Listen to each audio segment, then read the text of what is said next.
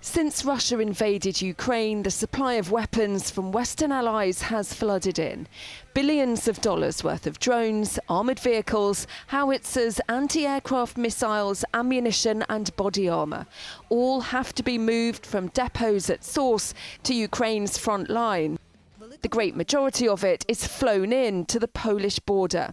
And there's a reception organisation, a multinational reception organisation that's picking them up and handing them over to the Ukrainians, who are then doing the rest of the work, taking them across the crossing points on the Polish border and delivering them all the way to the front line.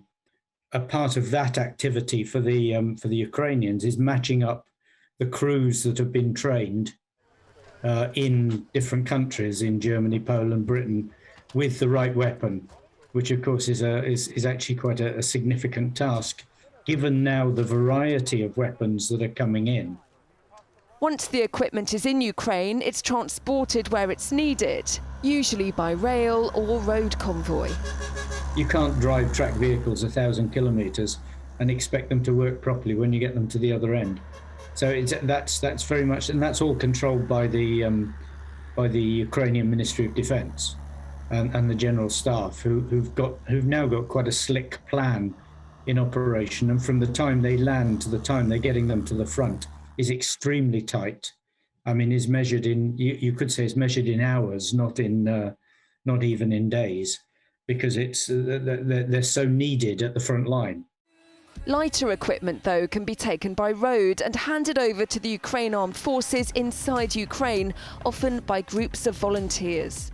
The volunteers, for example, the Latvian volunteers taking cars down, and they're doing trips every few days now of cars for units on the front line and for the territorial units that have got no vehicles at all.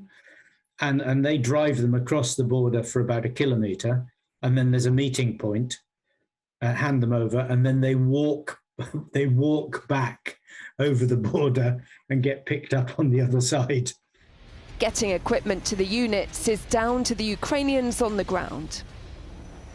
The intelligence or the system knows exactly which villages are safe and which villages are not.